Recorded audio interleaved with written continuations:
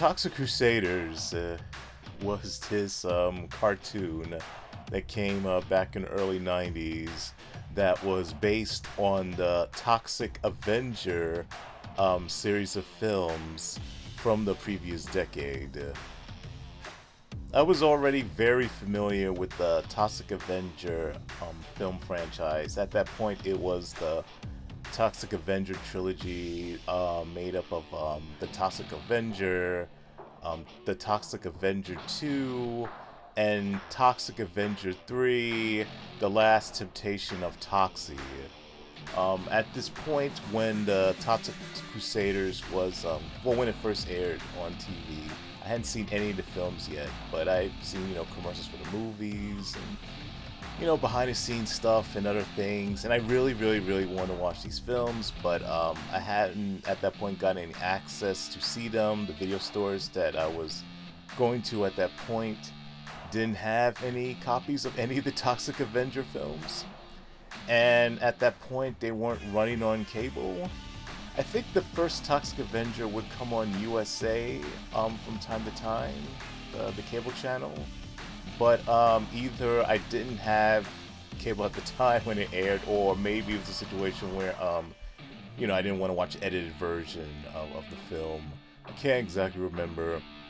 I'm pretty certain when I first heard of the Toxic Crusaders, it was through a commercial that was running on Fox, WNYW 5, Fox 5.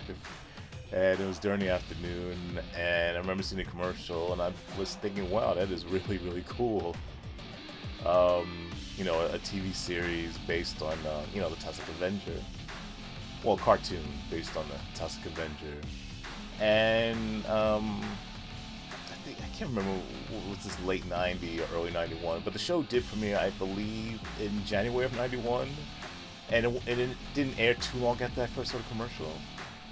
When the Toxic Crusaders premiered, it was very much like how Teenage Mutant Ninja Turtles premiered, like the first version of the television series.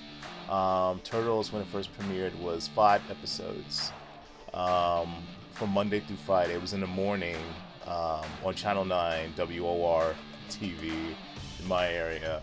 And I remember being hooked with Turtles the very first time I saw it. And Toxic Crusaders was the same thing. The first 5 episodes aired Monday through Friday, but this one was in the afternoon. I think it was maybe like 4 o'clock, 4:30. And just like Turtles, I was hooked from the very beginning. I really liked Toxic Crusaders, and I became an instant big fan. I believe that same month, or maybe it was the month after, Marvel had started publishing the Toxic Avenger comics based on the Toxic Avenger films. And I guess that was to coincide with the release of Toxic Crusaders. They were both very different tonally, of course, because the Toxic Avenger films were definitely not aimed at kids. The comic was nowhere near as hardcore as the comic, but certainly it was more edgier than the cartoon. And I remember buying those for a while and enjoying reading them. The funny thing about Toxic Crusaders is this was like another property. This is something you would see from time to time in the 80s, the later 80s, and going into the 90s, where you would have children's television shows, anime series that's directed towards children, and it was based on R-rated or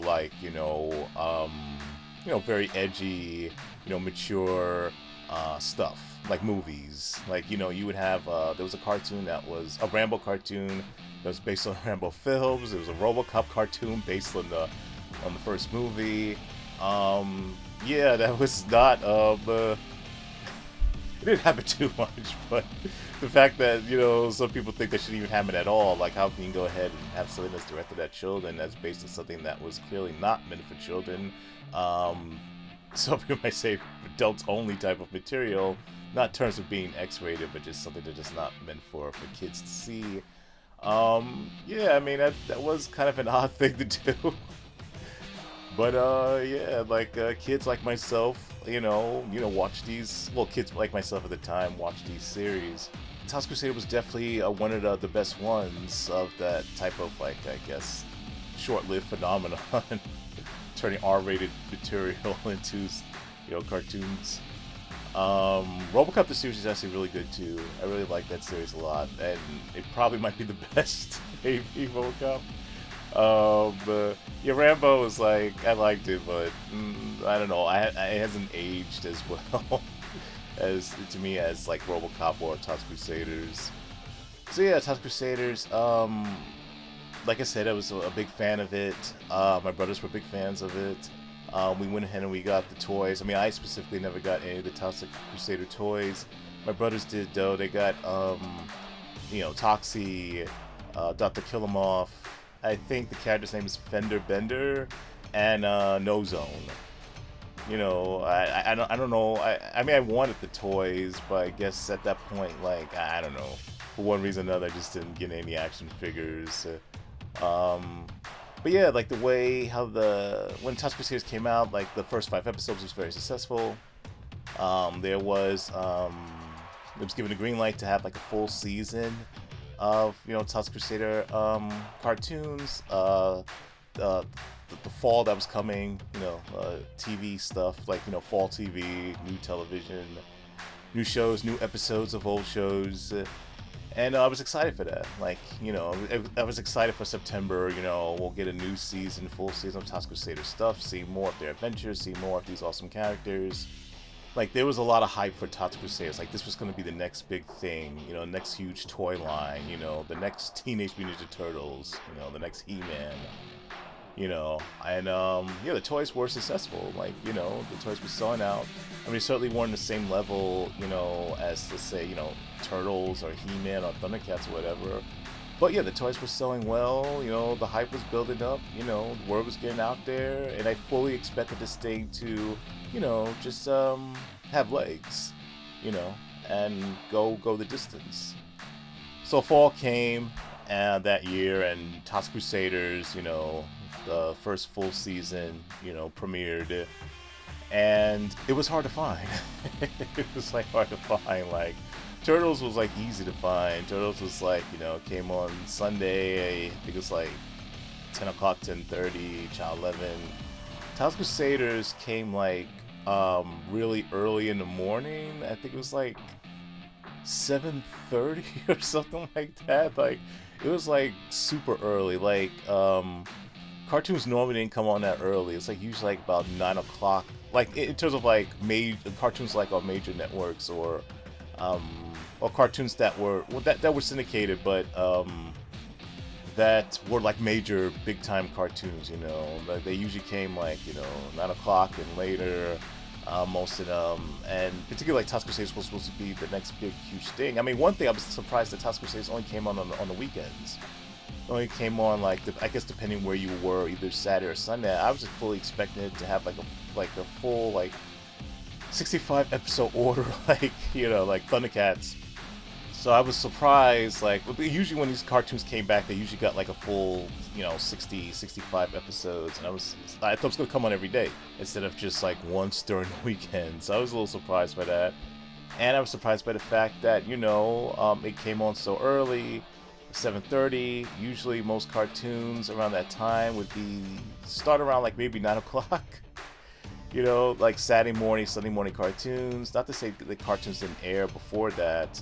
But they were generally like older cartoons that already, like, these were just reruns, like Looney Tunes or something like that. Not like brand new cartoons that was supposed to be the next big thing. Like, if they did air like on the weekends, like Turtles, I think it was like 10 o'clock, something like that, 10:30. Yes, I had to watch this cartoon that's supposed to be the next big thing coming on so early. I think it was like 7:30, something like that. I was like really surprised. And then after a certain point, like, it just kept shifting times. I think it even shifted days. Like, it went on to Sunday. And this was very early. This was like just weeks into premiering its first full season. Like, why, can I find this cartoon? And that wasn't the best of signs.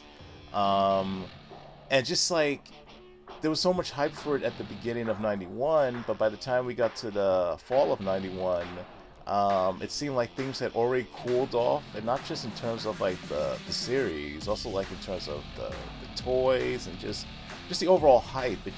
had deflated in such a short time. I had never seen that in my life with like maybe the first thing I seen like with a particular property that was hyped up to be this big thing and was, you know, doing well at first during the initial launch, but then like shortly after just plummets. I never seen anything like that. Like I've seen things that were hyped up to be something, but then when they launched, you know, they crash landed immediately.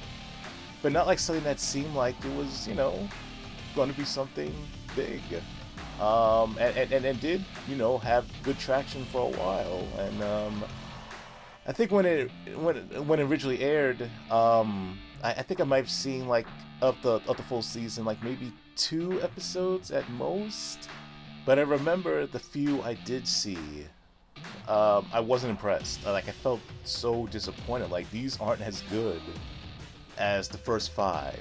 This, you know, new season of Toxie episodes were just, they weren't awful, you know, but they just weren't, at the time I didn't think they were very good. I thought it was a major letdown from the first 5 episodes that initially aired, and then you compound that fact with the fact that it was hard to find this series. I don't want to say I lost interest, because I still want to see more episodes, but I just like the hype I have for the series, like the enthusiasm I have for the series, had definitely waned like a lot by this point. And then like not long after, they just stopped airing the show. I don't even think like they even gave it like a full season run. At least they didn't give it a full season run in my area. Maybe they did, but they kept shifting around so much that like if they did show the whole thing of the first full season, you know, I wasn't aware of it.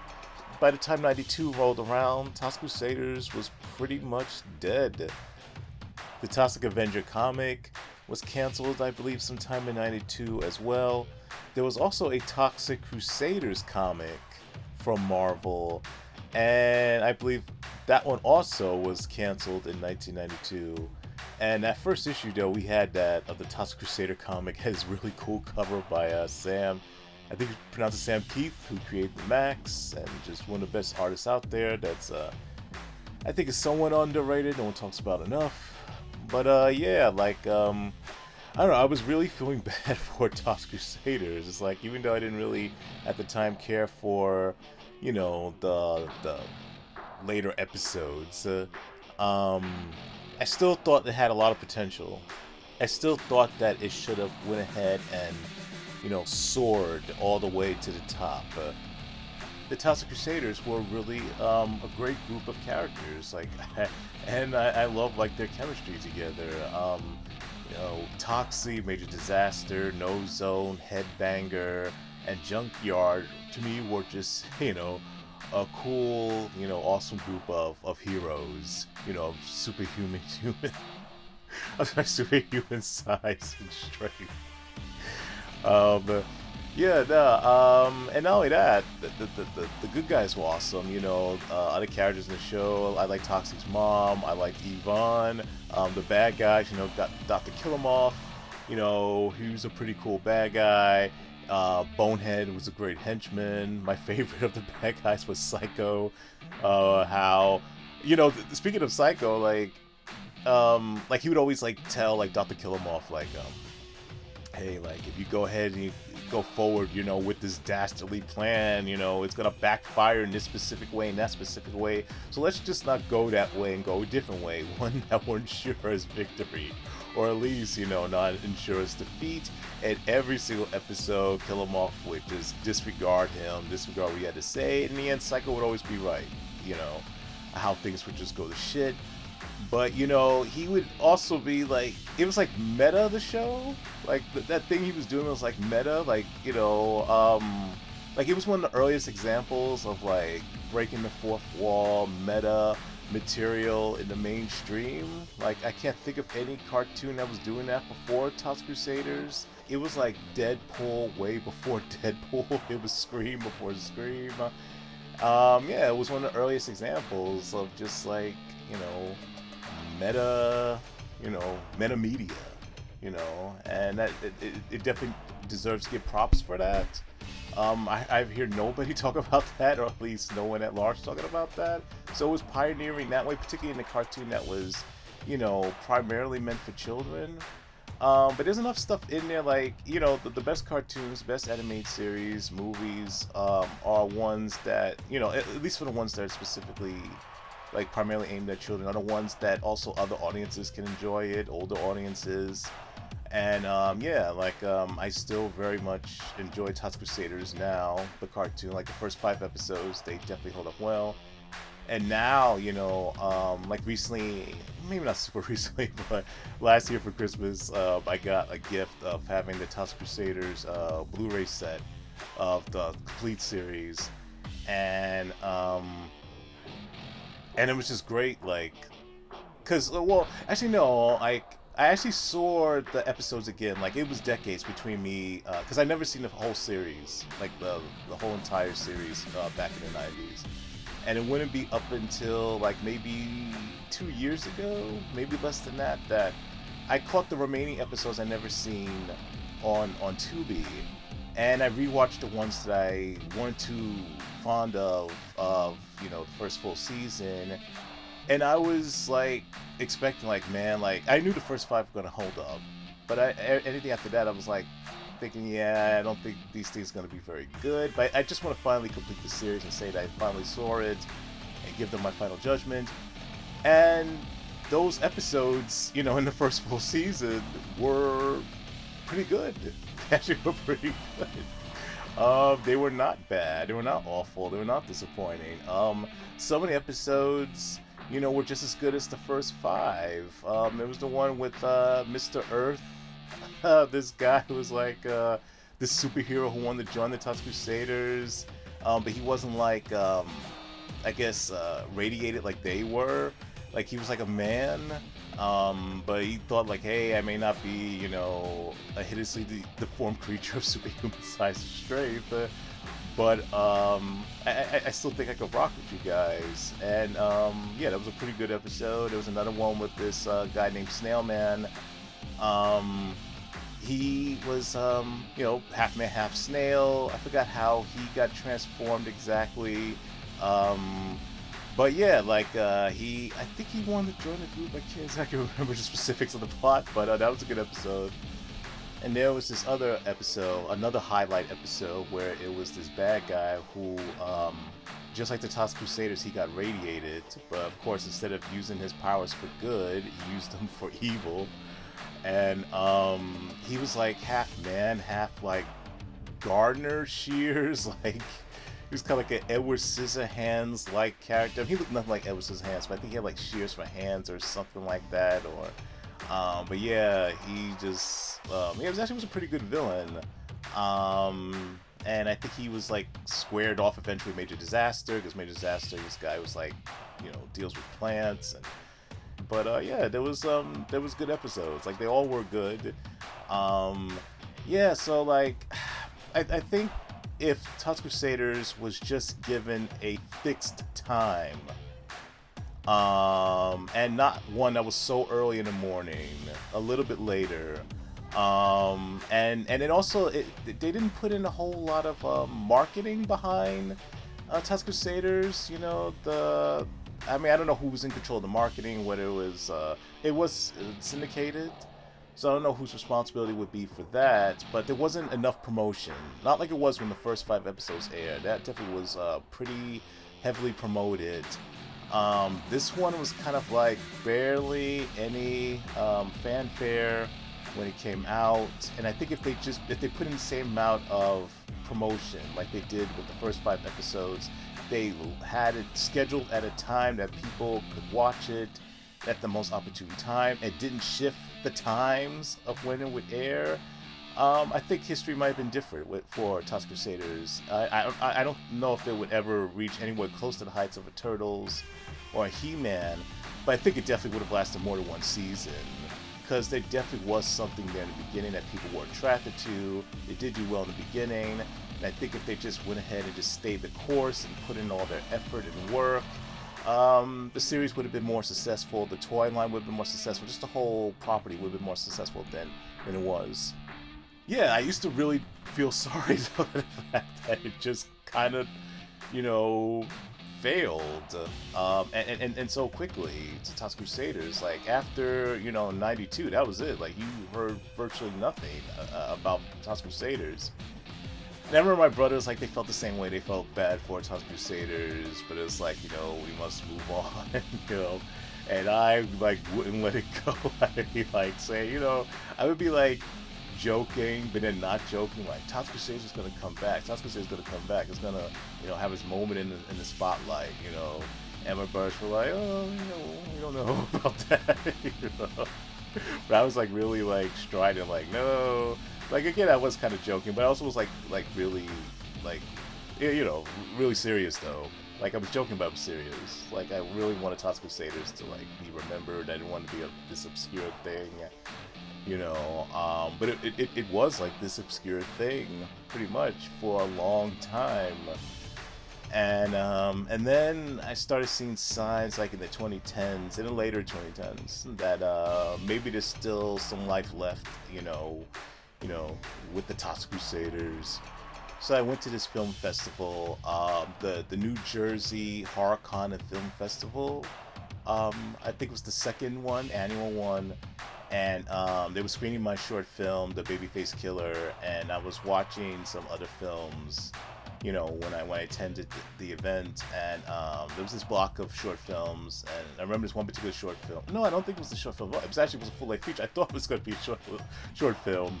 And I noticed after like 20 minutes, like, this thing is still on. And then after like close to an hour, like, this thing's still on. I didn't know there was a full-length feature.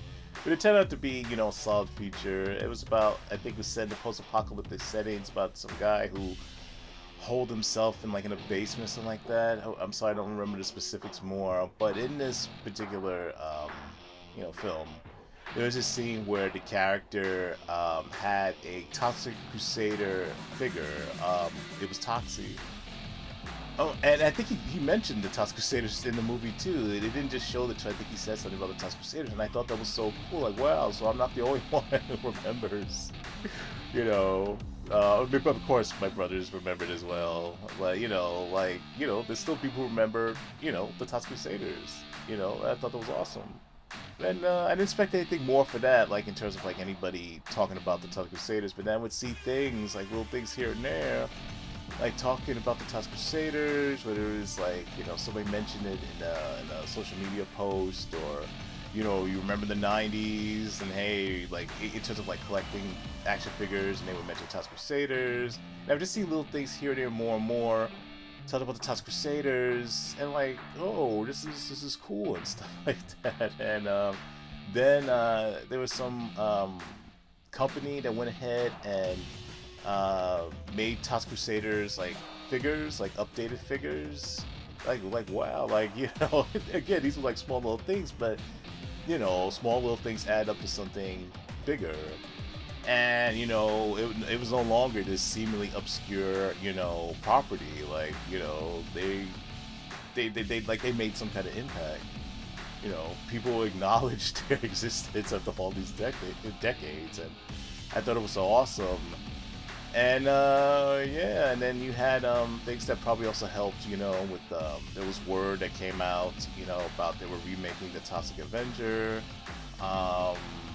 And that, even though Toxic Avenger and Toxic Crusaders are two separate properties, but at the same time, it's kind of like the same thing in a way. At least in regards to like Toxie, it's the same thing. And I thought it was just like really, really awesome. Like, yay! Like, like they have come back. They may have not come back, returned in a major way, but they have come back.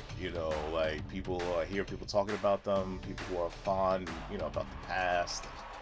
Stuff like that, retro stuff. And then like seeing like earlier this year that they are going, at this point in time when I'm talking about it, release a Toxic Crusader video game, like a side scroller beat 'em up type of thing. I'm like, wow, like a major release, like this is awesome. Like this, and I've seen what it looks like, and it looks really good, visually anyway.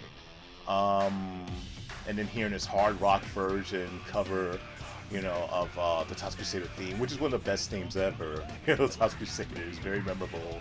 very catchy.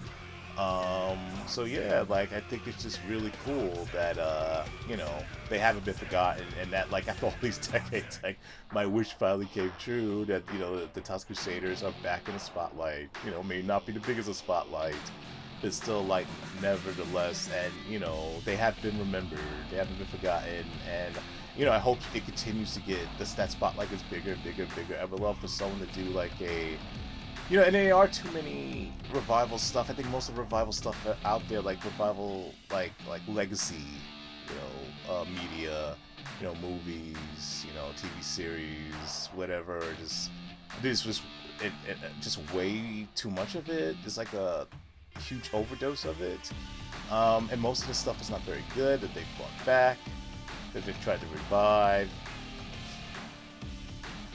But you know, once in a while, you do have something that's worthy, and I think if done right, Toxic Avengers, I'm sorry, the Toxic Crusaders revival would be an amazing thing. Like, and I think in most cases, why it doesn't work when you bring back something that should be left alone is, in most of these cases, when they bring back an old IP, like it already hit its peak. You know, it already did what it was supposed to do, and there's not really much more you can do with it, you know? And in terms of Toxic Crusaders never had a chance to really fully, you know, mine its potential. Like, it never had a chance to fully grow, fully expand, fully to be the best that it can be. And there's still, like, a lot there to tap into. Like, it hasn't been exhausted creatively, the Toxic Crusaders, like that world. It was only just beginning before it, you know, ultimately ended, at least in regards to the anime series. And so, yeah, I think that it's a perfect candidate to go ahead and bring back, you know, in a major way, whether it's through an animated series, which I think is most ideal. I think a live action thing can also work. Comics obviously is a way to go. So yeah, I would love for someone, but also do it right. And I also would love for someone to do it with a serious edge. Maybe not as sharp as the Toxic Crusader, I'm sorry, the Toxic Avenger Troma series of films. But yeah, I would love to see Toxic Crusaders, you know, with a mature slant to it. And you can also still do one that's also for kids as well, for younger audiences. You know, you could do both things. It'd be cool. Actually, it would be good to do that, to bring in, you know, a new generation, you know, into the world of Toxie and, you know, and his pals and stuff. Regardless of like whatever happens with you know, the Toxic Crusaders, you know, they are no longer obscure, and that is, you know, really a wonderful thing to me. So, yeah, I'm just glad that, you know, the legacy of the Toxic Crusaders goes ahead and it continues, and I hope it continues for a very, very long time. Speaking of Toxie, now I'm going to shift over from the Toxic Crusaders to the Toxic Avenger. Specifically the Toxic Avenger films. Quickly go over them. So I have recently seen all the films again, like the films that were produced by Troma, made by Troma. And I've also seen for the first time, just a few days ago, the Toxic Avenger remake. And I will quickly go over them. I will go ahead and go in order from least to the best of these films. There are 5 of these movies, and here are the 5 Toxic films. Number 5, The Toxic Avenger Part 2. When I was younger, I thought this film was good. Like, it certainly was not as good as the first one, but I thought it was a genuinely good film. But then again, I saw it very recently, and I was like, yeah, this film isn't as good as I thought. Yeah, like it starts off good. It starts off solid, like with the beginning of the movie, and then like maybe, I don't know, 20 minutes, you know, into the film, maybe longer, maybe about a half hour or so, it starts to kind of get dull and drag. Like it loses focus. I don't know, like it starts off, with Toxie go ahead and like, everything's all good and well, Tromaville is, in a good place, and then of course you're gonna have bad guys enter the picture and then go ahead and start a ruckus and stuff like that. And yeah, it was all really interesting stuff. But then I don't know, I saw sides of like the film like begin to lose its way with this is really, really, really long fight sequence in the beginning of the film, and I don't mind a long fight sequence, but you also have to be very careful with doing long fight sequences because they can become very tiresome if you don't know how to keep it, interesting. And it just went on way too long and became repetitive and just, I don't know, like again, not in a major way, but it's like, yeah, this thing needed to be edited down quite a bit. And then with the whole, because the primary plot of the film is Toxie, like he's looking for his father. He gets news that his long lost father, is in Japan, and he goes to Japan to go ahead and find his father. And I think that was pretty cool. Like the idea of like, with sequels you should try to shift things and make things different. Okay, we're going from Tromaville and he's going in Japan, and what it's like for Toxie to be in Japan, and and just everything that would follow after that, could be really interesting. Like once he gets to Japan, like there are some good moments in there, but I don't think that it really like what's the narrative purpose. Like narratively it doesn't really make a whole lot of sense. Like when you find, because you already know ahead of time, like it's just a ruse. Like his long lost father is not there. It was just some kind of BS story made up by the bad guys, to get Toxie out of Tromaville so I could go ahead and destroy Tromaville. And so, like, we already know the guy he's looking for is not his father.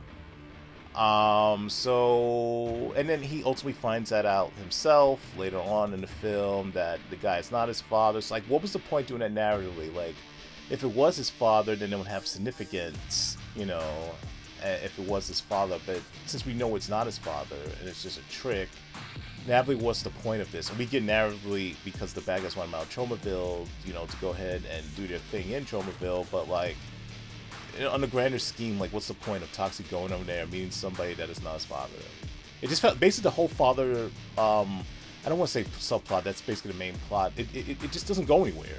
It ultimately goes nowhere. Doesn't add to the film, doesn't add to Toxie as a character, doesn't add to his backstory. It's like it's for nothing. And like I thought, like maybe with the whole thing, like with Toxie being in Japan, like maybe they were gonna make some commentary about an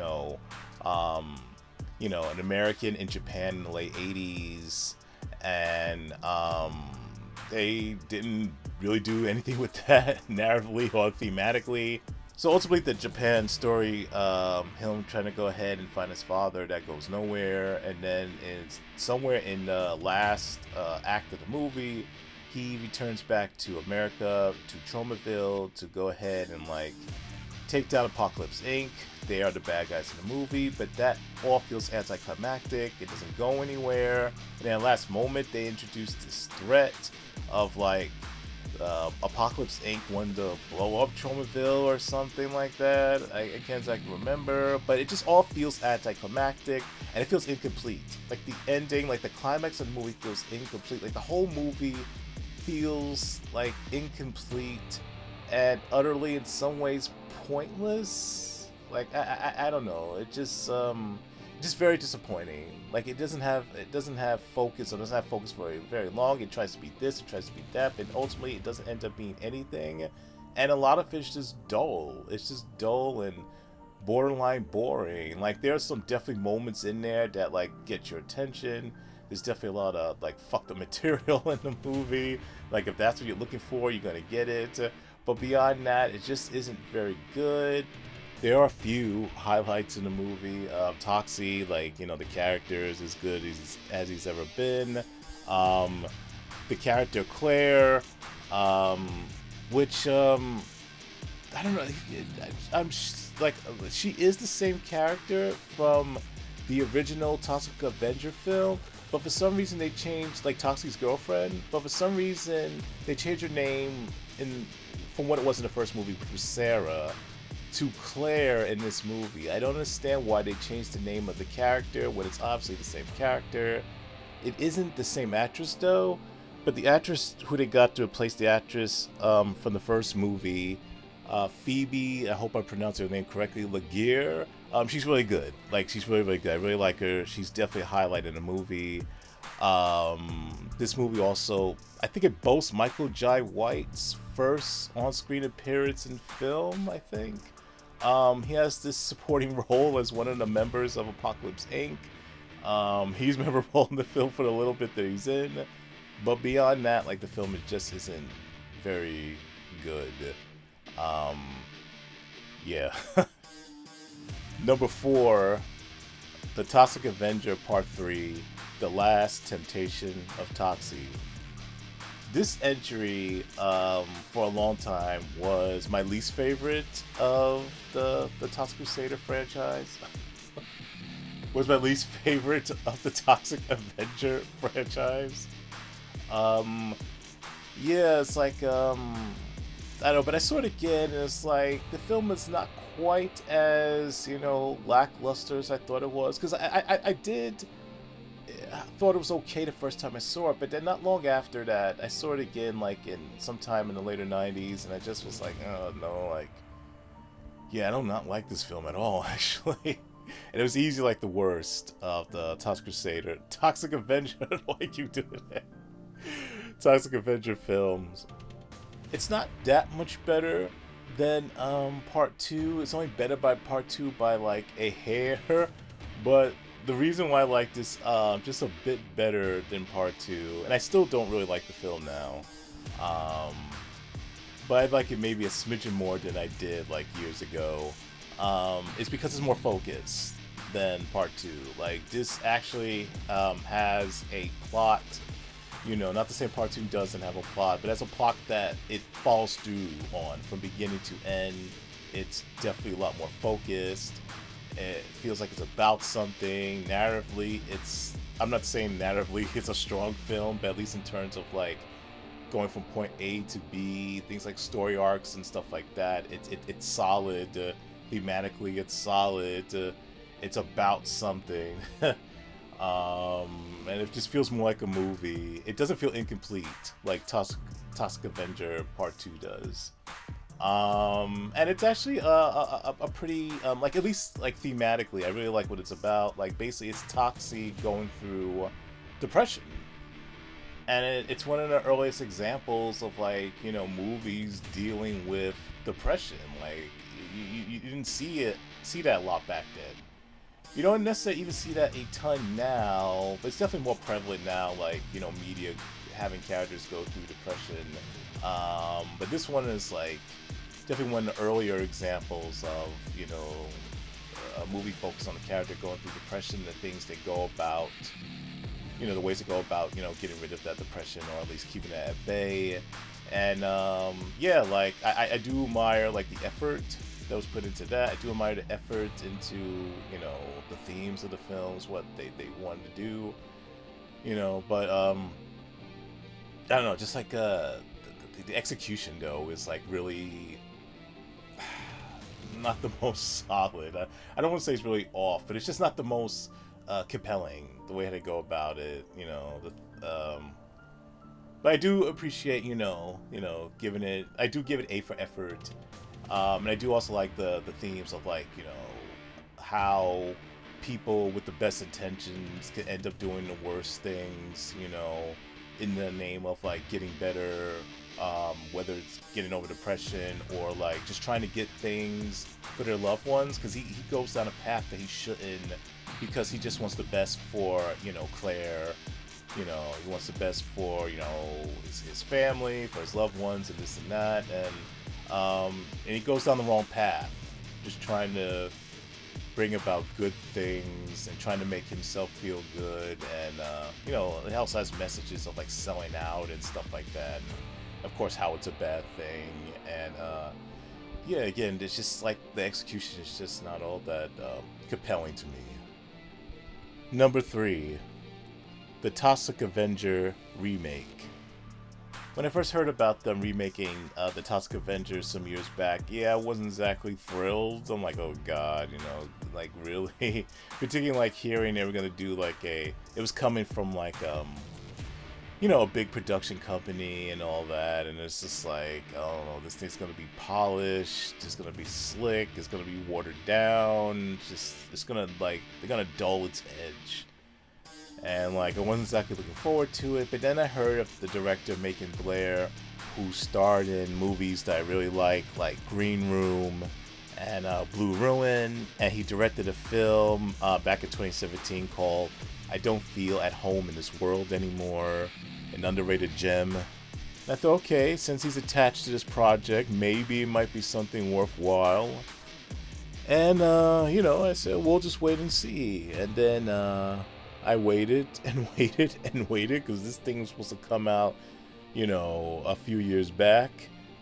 I remember it playing at, I think it's Fantastic Fest, like back in 2023.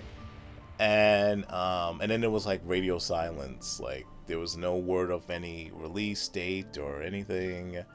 And I'm like, whatever's gonna happen with this movie. And then word that came out that the reason why this movie, you know, the Toxic Avenger remake, wasn't released yet because it didn't have a distributor, because the film was like supposedly so messed up that nobody wanted to release it. And I had a hard time believing that, but I was like, okay, maybe, you know, maybe they are following in the footsteps of the first Toxic Avenger being a really messed up movie, and maybe it won't be something that's watered down and Hollywoodized and all that other stuff. And then 2 years later, the film finally got its released, and I saw it some days ago, and my final verdict, it's a good movie. It's a genuinely good movie. But my fears of it being watered down were, you know, were correct. The movie is definitely watered down. It's definitely the edge had definitely been dulled, like quite considerably. Yeah, this is just like, I think it's a good movie, but there's definitely something that is missing, and of course it's the edge, it's the grit.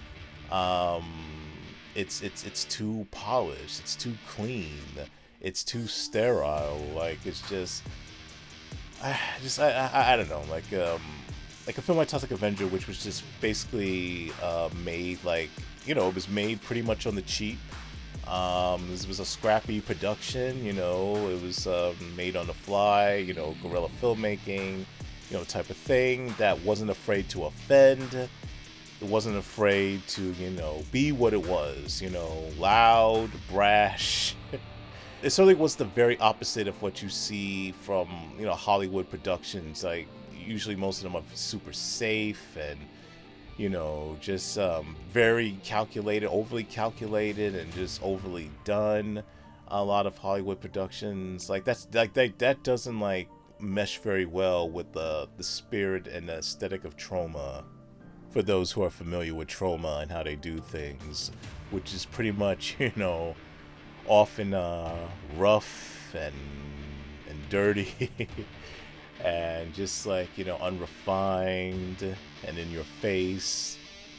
The whole fucked up sensibility of the Toxic Avenger and its franchise, that's the thing you need to replicate more than anything else to be considered a worthy remake of it. And yeah, like it is a worthy remake.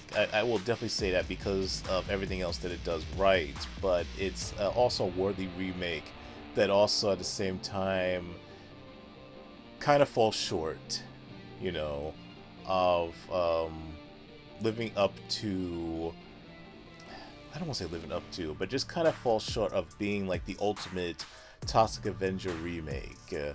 And yeah, I don't know. I just wish the makers of the film, and I understand we live in a different time now, but I wish the makers of the film had went ahead and put much more effort into making this a film that I don't want to say intentionally tries to offend, but it's not afraid to offend, you know, and just not afraid to be fully Toxie. And I feel that the film pulled its punches big time when it came to that, and I think that it also affected, you know, the reception of the film, particularly by fans of the original Toxic Avenger and the franchise of films. Yeah, I believe it definitely did hurt it to some degree. But it's still in a world of shitty remakes, it is definitely a fine one. Number 2, Citizen Toxie, the Toxic Avenger 4. I have seen Toxic Avenger Part 4. The original films, I had only, up until recently, I'd only seen it once of the original franchise, Toxic Avenger, and it was a film like I seen once, and I pretty much forgot most of it. Not because it was bad. I don't know, just for some reason, like, I just didn't really remember a whole lot of it. I remember definitely particular scenes, but like most of it was like a blur. And I think I saw it like maybe, I don't know, 15 years ago. But I remember definitely liking it, actually liking it quite a bit. And so recently I decided to go ahead and watch it again, and it was definitely quite an experience. Like, I can't believe how much of it I forgot. And I also a little bit I don't want to say surprised, but yeah, like I forgot how messed up the film is, how fucked up the film is. Even by today's standards, the film was released in 2000, so it wasn't like a super long time ago. But yeah, even with films that were released back then, though, or even later, like that were considered like, you know, explicit, edgy, whatever. Today they were like, yeah, well, they're kind of like, you know, the sharpness has dulled since then to some degree. This film, no. This film is still fully fucked up as it ever was. Like, I can't even, I don't want to say I can't imagine, but I think a person would definitely have a difficult time, like, maybe getting this film made today, or at least getting released without getting some blowback. It definitely is, by far, easily, like, the worst, like, offensive Toxic Avenger film that they've made so far. Like, and the first one is like not a walk in the park either when it comes to, like, you know, messed up subject matter. But yeah, this film was pretty hardcore, I have to say. Pretty hardcore. This film has some big balls for sure. Just like from beginning to end, like yeah, I don't think most people could get through this film. Like, and not just in terms of just like showing like all kinds of things, like just like some really nasty imagery, but just like the ideals in this movie and stuff like that. It's like, I could definitely see him turning a lot of people's stomachs, really like upsetting a lot of people's minds and stuff like that. But that's why I love the film so much, actually. I actually enjoyed this film a lot more the second time around than I did the first time around. It's easily like the second, you know, place in terms of like the best Toxic films. Like, there's this film, and there's, you know, my number one pick, and everything else is like, you know, a good mile or miles away from these two movies. If you're somebody who really likes messed up cinema, cinema that just truly doesn't give a fuck, yeah, I would definitely strongly suggest you watch Citizen Toxie. Citizen Toxie is what the Toxic remake should have been. Because like there was all that hype, like, oh, it was the Toxic Avenger remake, which is so messed up, and you know, that's why it's the Toxic Avenger rated, and it's released by the same company that in terms of distribution that released the Terrifier Part 2 and 3. But no, this film is nowhere near the Terrifier Part 2 and 3. It's not even as, well, the Toxic Avenger remake nowhere near the level of any of the Terrifier films in terms of just being messed up, and not even anywhere even a quarter of the way close of how messed up Citizen Toxie is. Yeah, so if you haven't seen Citizen Toxie, this is your type of movie, yeah, watch it, definitely. Yeah, and number one is the original and best, The Toxic Avenger. The Toxic Avenger is not quite as probably razor sharp in terms of like, you know, its effed upness as it used to be, but it's still like, it still will cut you. It'll definitely still cut you, and it also can cut you pretty deep. Like in terms of like if you have really sensitive sensibilities and all that, it's still a really messed up film, and overall it still definitely still holds up in you know, how fucked up is this film in terms of like its subject matter and what it portrays. And the film also holds up very well just as a whole. Yeah, it is definitely quite dated in numerous ways, but I think that's that lends to its appeal. Like that's the charm of the film, that it's like this time capsule, you know, in this particular point in the 1980s, specifically like, you know, the transitioning into the mid 80s, and like a particular style of guerrilla filmmaking at that time. I just love just how I guess in some ways grassroots it is. I don't know, but just like I just love the rawness of it. They, you know, you hear this a lot. They don't make them like this anymore. No, they definitely don't make them like this anymore. The original Toxic Avenger. Like I just love the rawness, the roughness, the lack of polish, the lack of like, you know, just calculation in terms of like, oh, we have to make sure that it's this particular way and this and that. Like it isn't homogenized. It's just, you know, here it is. This is the best we can do, and you know, and you're just gonna have to deal with it, you know, type of thing. Yeah, like I was surprised though, like, and I've seen Toxic Avenger like more than once over the years, but it has been a very long time since I've seen it.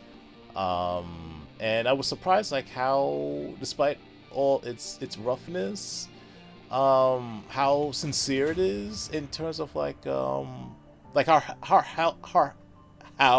heartfelt it is in moments. Like, yeah, they're few and far between, but it's definitely like a genuineness and sincerity, you know, to how, you know, towards this character, you know, towards this story. Yeah, it's crazy, it's comedic and this and that, and so it's a lot of fun, but there is definitely, you know, there's a, you know, they like, they didn't necessarily take the, like, I don't know, like, it's fun, but it's authentic.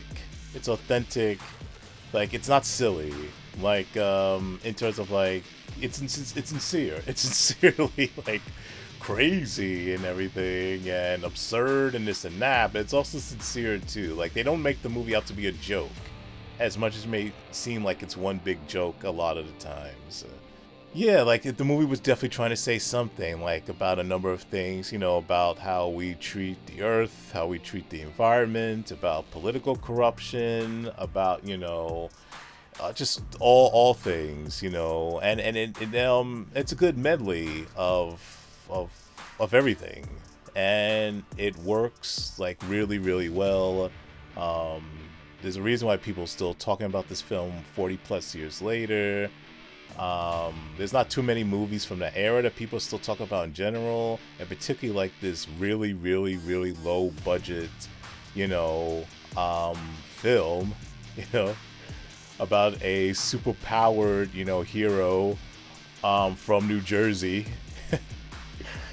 named Melvin Junko, also known as the Toxic Avenger.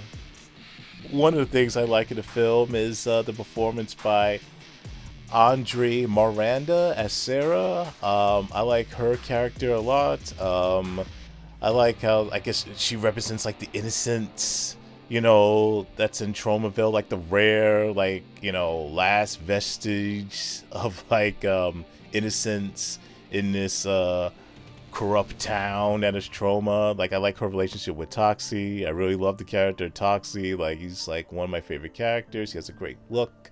I like the fact that he's this guy like with all this power, but like, you know, inside he's just this, this gentle soul. And he's just a guy who just wants to do the right thing and just wants to live a good life. But he's in this exceedingly corrupt and corrosive town. And I like how he's just like, a man of the people and just trying to do things right by the people. And it's simple, but it's, really, strong storytelling. Like, it's not the most like layered and complex and stuff like that, but it's quite memorable and quite entertaining, and there's nothing else quite like it. And there's nothing else quite like, the Toxic Avenger series, which definitely had its highs and its lows. And just the Toxie, I guess, franchise mythos as a whole, Toxic Crusaders and all that, and it's just great to see that after all these decades it's still like standing tall, and it continues to be a series that continues to be a series that people remember, that people revere, and it will be a world that will continue. And at this point in time, I'm not sure where Toxie is going to go next in regards to where he's going to appear and where his pals are going to appear, the Toxic Crusaders. But wherever they end up in next, I'm sure it's going to be, I hope it'll be a worthwhile venture. And I look forward to many more adventures of the first superhero from New Jersey and his hideously deformed pals of superhuman size and strength.